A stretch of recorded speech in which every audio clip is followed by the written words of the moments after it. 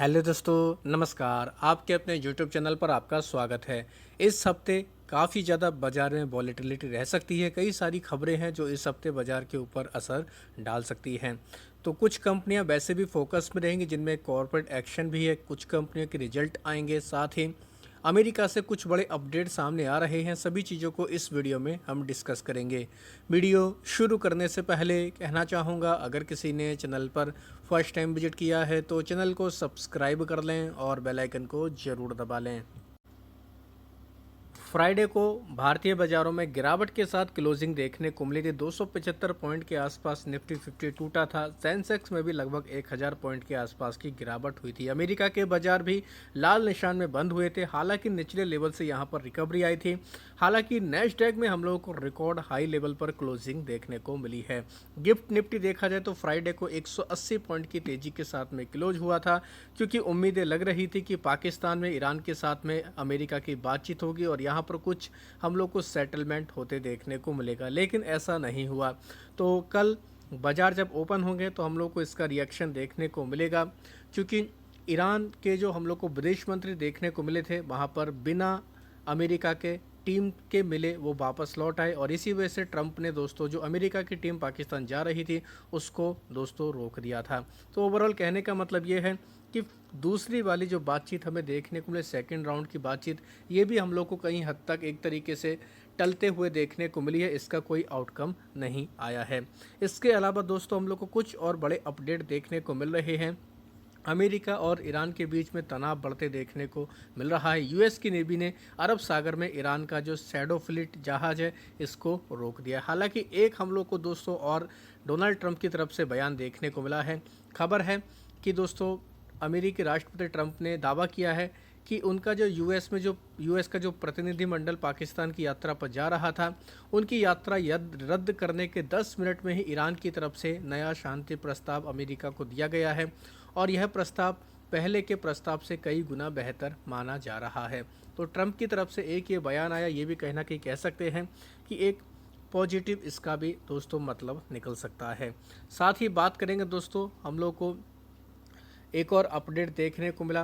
White house में एक party चल रही थी, वहाँ पर दोस्तों किसी ने वहाँ पर फायरिंग कर दी और उसको पकड़ लिया गया है, और ट्रंप की तरफ से कहा जा रहा है कि ये ईरान युद्ध से हटने के लिए इनके ऊपर फायरिंग की गई है।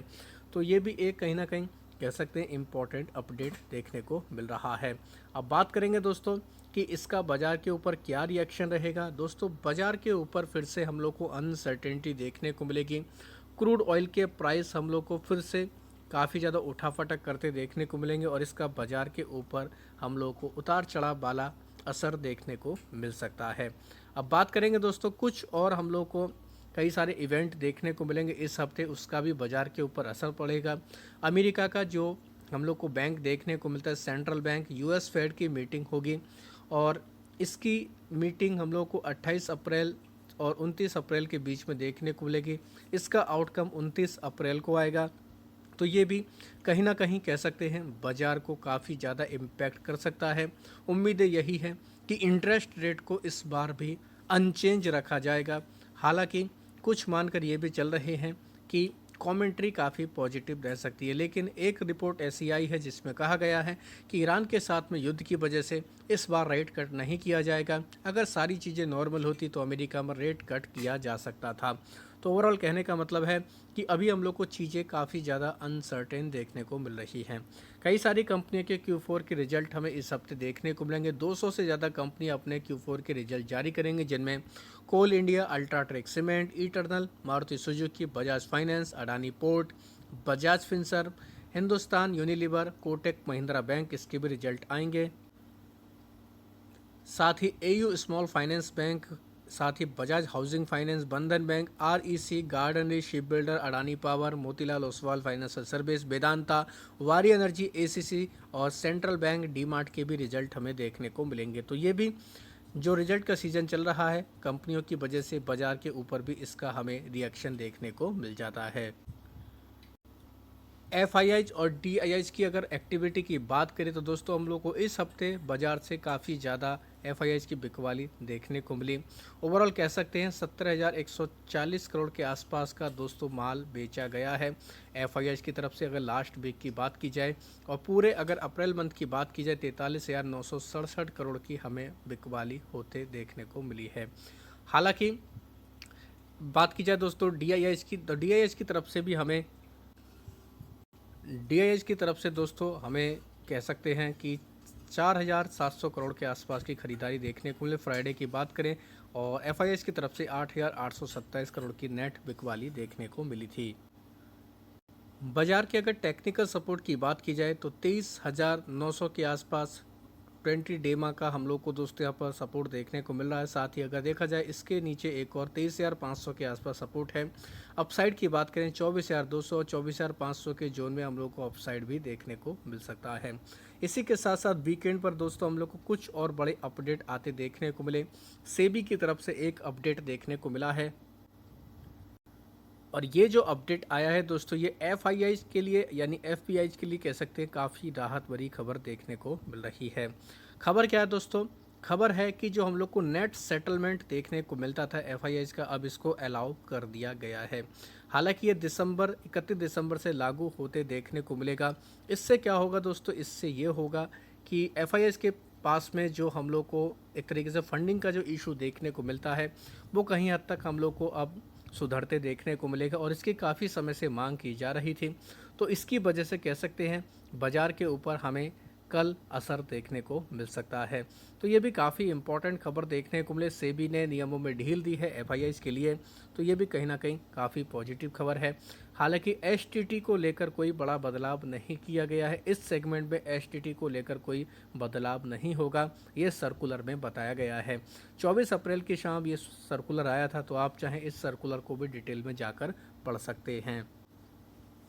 इनके अलावा कई सारी कंपनियों में हमें कॉर्पोरेट एक्शन भी देखने को मिलेगा, जिसमें 361 वे में 6 रुपये का हमें डिविडेंड देखने को मिले। 27 अप्रैल इसकी हमें एक्स डेट देखने को मिली है।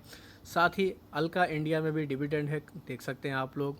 एक और कंपनी है दोस्तों शक्ति प्रेस लिमिटेड, इसमें राइट इशू देखने को मिलेगा। 29 अप्रैल इसकी एक्स डेट है। एबीबी इंडिया में डिविडेंड है 29 रुपये 59 पैसे का। 30 अप्रैल इसकी एक्स डेट देखने को मिल रही है। हिंदुस्तान जिंक में डिविडेंड रहेगा 11 रुपये का, इसकी 30 अप्रैल एक्स डेट है। तो ये कंपनी भी काफ़ी फोकस में रहेगी। इनके अलावा बात करेंगे दोस्तों स्टोवेक इंडस्ट्री, इसमें 12 रुपये का डिविडेंड रहेगा। 30 अप्रैल इसकी भी एक्स डेट रखी गई है। टेनला प्लेटफॉर्म 6 रुपये का ये डिविडेंड देगी कंपनी, इसकी भी एक्स डेट 30 अप्रैल है, इसके ऊपर नज़र रख सकते हैं। वेदांता की बात करेंगे, वेदांता में जो डीमर्जर हो रहा है इसकी 30 अप्रैल एक्स डेट है और रिकॉर्ड डेट इसकी 1 मई देखने को मिल रही है। हालांकि 1 मई को दोस्तों बाजार रहेंगे बंद महाराष्ट्र दिवस की वजह से, तो इस वजह से हम लोग को 30 अप्रैल के दिन ही इस कंपनी के ऊपर रिएक्शन देखने को मिल जाएगा। तो चाहें तो आप वेदांता के ऊपर ज़रूर इस हफ्ते नज़र रख सकते हैं। इसके ऊपर हम लोग को काफ़ी ज़्यादा रिएक्शन देखने को मिलने वाला है। एक और कंपनी है विसो वायर्स इंडिया, इसमें भी हम लोगों को 1.5 रुपये का फाइनल डिविडेंड देखने को मिलेगा।